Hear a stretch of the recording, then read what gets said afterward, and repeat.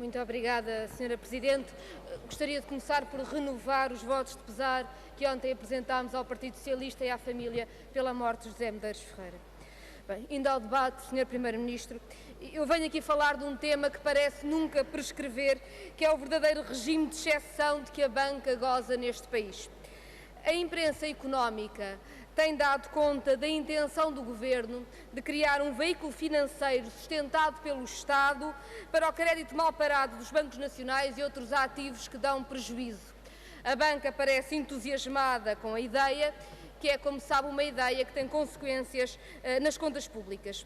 Ou seja, este veículo seria dizer que os mesmos portugueses que vivem a redução de salário e de pensão, a perda de emprego, a perda de apoios sociais, vão ser mais uma vez chamados a pagar as perdas da banca. Depois dos 5 mil milhões do BPN, das recapitalizações do BCP, do BANIF e do BPI, não podemos aceitar sequer que o Governo esteja a pensar em criar um veículo financeiro em tudo semelhante à Parvalorem ou à Paropes, que tem os ativos do BPN e, como sabe, só em 2013 custaram 500 milhões de euros ao Estado. E, portanto, Sr. Primeiro-Ministro, o que nós gostaríamos é de ter aqui o seu compromisso, a sua garantia de que nenhum cêntimo do erário público será mais gasto a pagar as perdas da banca.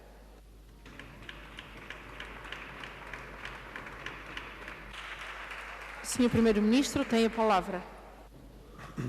Obrigado, Sra. Presidente. Sra. Deputada Catarina Martins, tinha muito gosto em responder à Sra. Deputada, mas tenho seguramente falta de informação porque não identifico aquilo que possa ter sido referenciado na imprensa de especialidade económica sobre quaisquer veículos que o Governo intentasse criar para transferir, foi isso que eu percebi, perdas da banca para esse tal veículo. Não estou a par, Sra. Deputada. Portanto, o que lhe posso dizer é que, se há alguém que tenha tal intenção no Governo, eu não tenho conhecimento dela, não consta do programa do Governo, não foi matéria que tivesse sido discutida e, portanto, não posso responder à Sra. Deputada, senão nestes termos, ignoro de que se trata.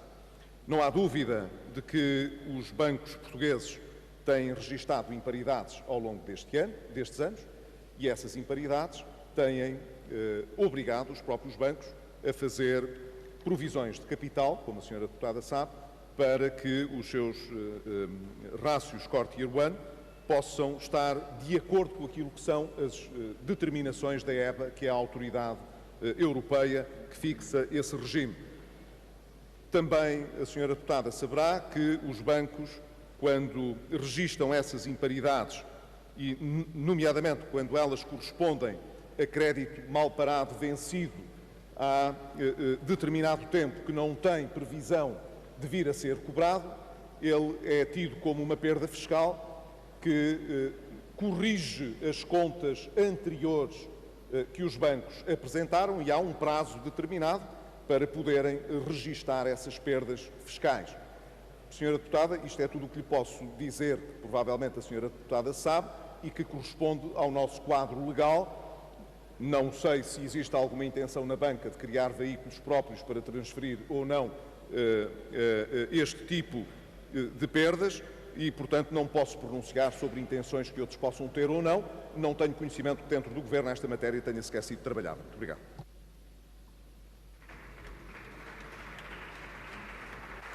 Muito obrigada. Tem a palavra a Sra. Deputada Catarina Martins. Faz favor. Muito obrigada, Sra. Presidente. Ontem mesmo o Diário Económico dava conta da intenção da criação desse veículo, precisamente por causa dos critérios de Basileia. E o Sr. Primeiro-Ministro pode não responder a esse veículo, mas há uma garantia que nos pode deixar aqui. É a garantia de que não vai gastar nem mais um cêntimo dos contribuintes a pagar perdas da banca.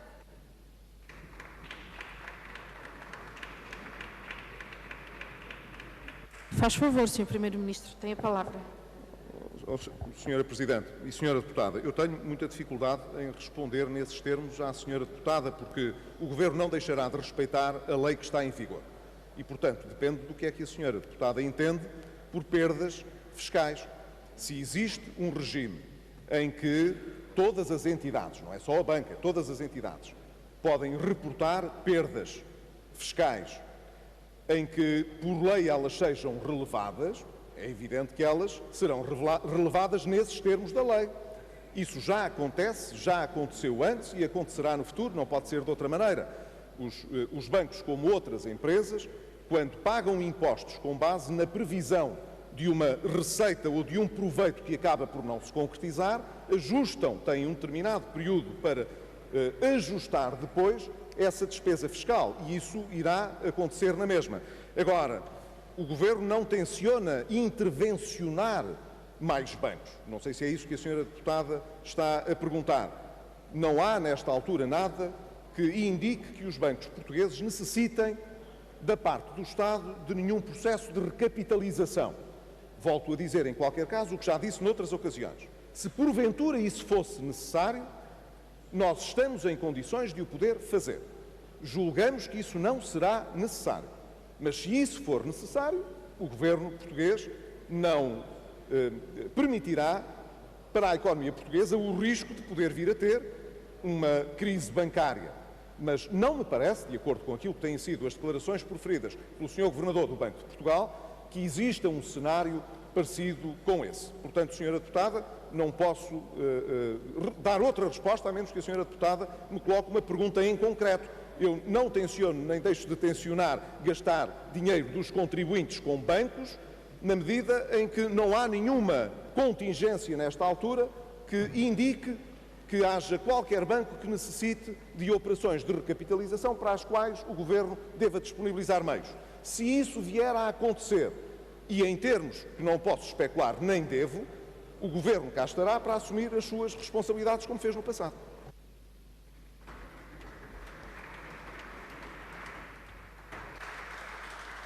Tem a palavra a Sra. Deputada Catarina Martins. Muito obrigada, Sra. Presidente. Registro que responde à minha pergunta, ainda bem que o faz, mas registro também que não dá a garantia que lhe pedi. Ou seja, o que noticia a imprensa económica é que pode estar a caminho uma nova par valorem para ativos de várias bancas nacionais e no par valorem, como se sabe, a palavra que mais diz aos portugueses é a primeira parte, parvos. A banca tem feito dos contribuintes parvos, porque os contribuintes têm pago todas as perdas da banca e isso tem de acabar. Mas, Sr. Primeiro-Ministro, eu quero voltar a algumas perguntas que eu julgo que continuam a precisar de resposta. E queria perguntar-lhe sobre benefícios fiscais para as famílias.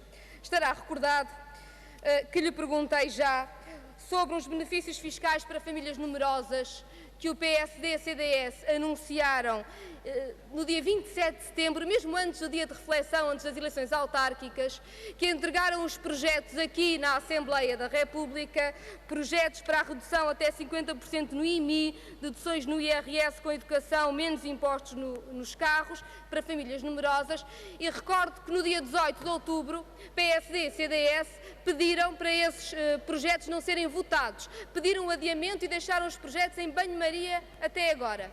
Bem, hoje volta a fazer manchete num jornal que o Governo quer dar mais benefícios fiscais a quem tem filhos.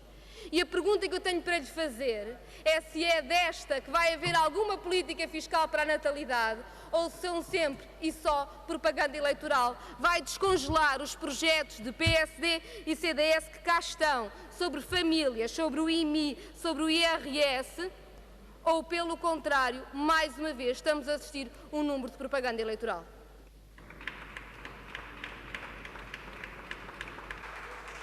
Sr. Primeiro-Ministro tem a palavra. Obrigado, Sra. Presidente. Sra. Deputada Catarina Martins, é a segunda vez que a Sra. Deputada me pede que faça um comentário sobre notícias de jornal. Não levará a mal que eu não comente as notícias de jornal. A senhora deputada tem toda a possibilidade de questionar o Partido Social Democrata, o CDS-PP, sobre os projetos de lei que os dois partidos apresentam na Assembleia e a razão por que pedem a sua suspensão ou não. Isso é matéria que os partidos responderão, evidentemente. O Governo não fez nenhum anúncio sobre esta matéria, senhora deputada. O que o Governo fez foi empossar uma comissão que ficou de apresentar, ainda durante este ano, um relatório sobre a reforma do IRC, do IRS. A do IRC já foi apresentado o ano passado, como os senhores deputados sabem, e concluiu numa reforma do IRC que foi aprovada aqui na Câmara. Nós aguardaremos pela apresentação desse relatório e não deixaremos, evidentemente, depois de fazer as escolhas políticas que se impõem por parte do Governo e que possam, naturalmente, também poder vir a favorecer políticas de natalidade, dependendo das propostas que aparecerem e da margem de manobra orçamental que o próprio Governo enfrente. Mas isso, Sra. Deputada, não é objeto, nesta altura, de qualquer especulação da minha parte. Muito obrigado.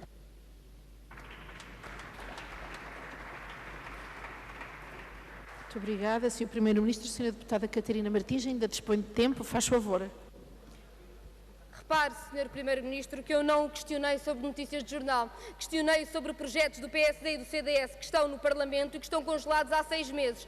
E o Sr. Primeiro-Ministro não disse se, para ser consequente com as suas palavras sobre benefícios fiscais a quem tem filhos, vai descongelar os projetos ou não. E, portanto, voltamos ao problema de sempre. Voltamos ao problema entre o que se diz e o que se faz. E, na verdade, tudo o que de bom o Governo tenta anunciar nunca vai para a frente e as famílias sabem que ficam sempre e só com as más notícias, ficam sempre e só a pagar mais, mesmo quando já não se percebe o que é que estão a pagar. Aliás, a posição do Primeiro-Ministro sobre a ADSE é bem clara a este respeito. Diz, não é preciso mais dinheiro para a ADSE, que até está equilibrada, mas pode vir a ser. É, portanto, um imposto, como dizíamos, e os funcionários públicos são tratados pelo Governo como um porquinho mielheiro.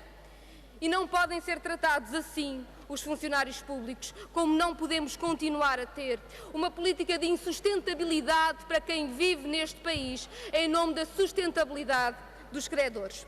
Ouvimos aqui o Sr. Primeiro-Ministro dizer que está contente porque acha que as taxas de juro são sustentáveis e acha que temos, portanto, a confiança dos credores.